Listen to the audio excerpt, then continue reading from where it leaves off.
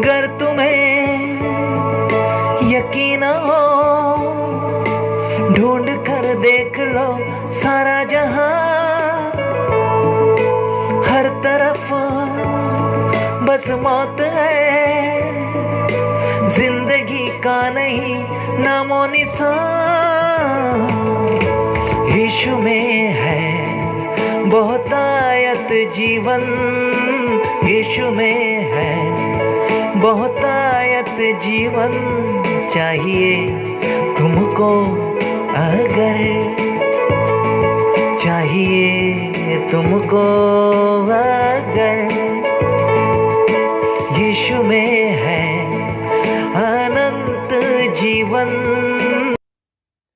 परमेश्वर के नाम की महिमा हो।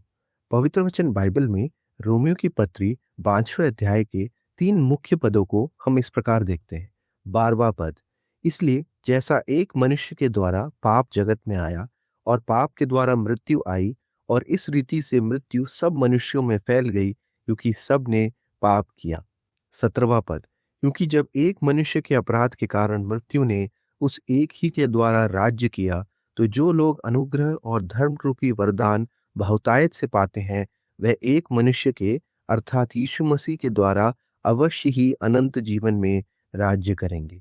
19वां पद, क्योंकि जैसा एक मनुष्य के आज्ञा ना मानने से बहुत लोग पापी ठहरे, वैसे ही एक मनुष्य के आज्ञा मानने से बहुत लोग धर्मी ठहरेंगे।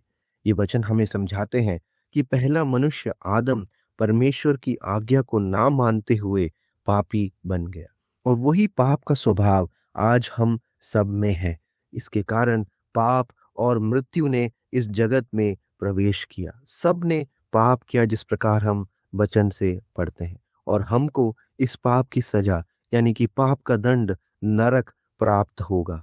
लेकिन परमेश्वर का प्रेम कितने अद्भुत रूप से हम पर आया। परमेश्वर ने अपने इकलौते पुत्र यीशु मसीह को इस जगत में भेजा। जहां आदम के द्वारा हम पाप में गिरे, वहीं मसीह के द्वारा हम इस पाप की सजा में से उठा लिए जा सकते हैं। पहला कुरिन्थियों 15वें अध्याय के 22वें पद में भी जैसे स्पष्ट रूप से लिखा है, जैसे आदम में सब ने मृत्यु प्राप्त की, वैसे ही मसीह में सब जिलाए जाएंगे। यूहन्ना रचित सुसमाचार पहले अध्याय के 12वें पद में इस प्रकार लिखा है, जो प्रभु यीशु मसीह को ग्रहण करेंगे, उन्हें परमेश्वर अपनी संतान बनने का अधिकार देंगे। इसलिए आज हमारे सामने 2 रास्ते खुले हैं। यदि हम आदम के रास्ते में ही चलेंगे तो जरूर नरक की ओर बढ़ेंगे, लेकिन प्रभु यीशु मसीह की मृत्यु में विश्वास करके, उनके पुनरुत्थान में विश्वास करके हम एक नया जीवन पा सकते हैं, क्योंकि उनके द्वारा अनंत जीवन इस जगत में आया। उनके आज्ञा मानने के कारण हम आज धर्मी ठहराए जा सकते हैं।